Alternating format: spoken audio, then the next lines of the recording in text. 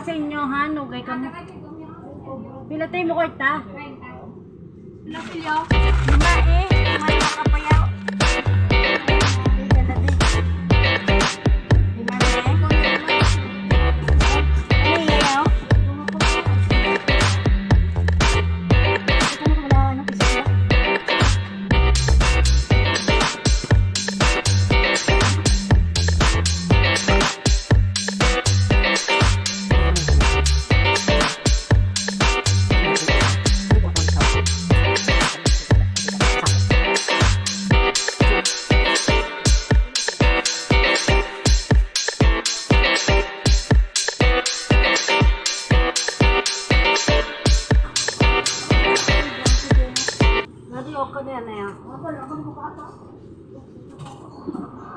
Madulong mo pagkit na yung ikwao, malana din nila ya.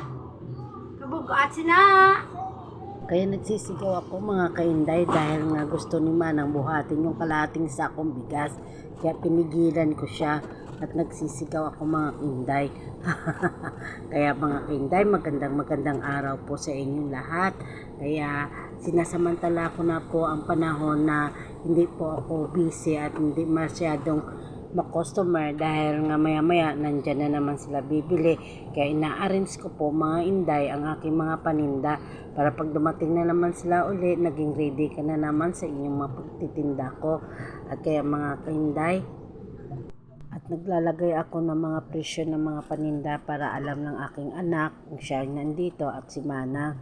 Kaya kailangan presyohan. Nakikita nyo mga inday, mga dilatas, nilalagyan ko po ng mga plastic dahil dito po sa amin malapit po ang dagat o ang puno ng mga isda.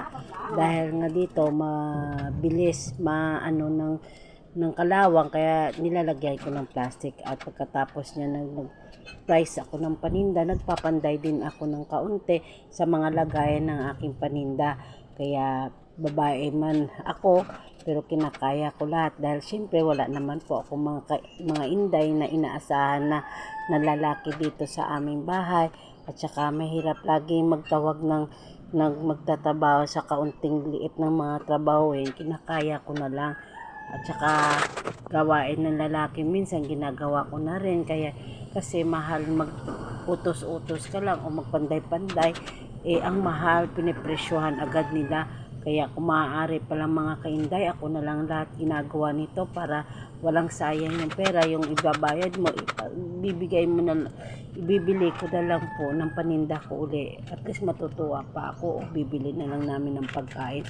Masasayang ka din dahil ang panday ngayon, mga 600, 700, sayang din na ibibili mo na ng paninda.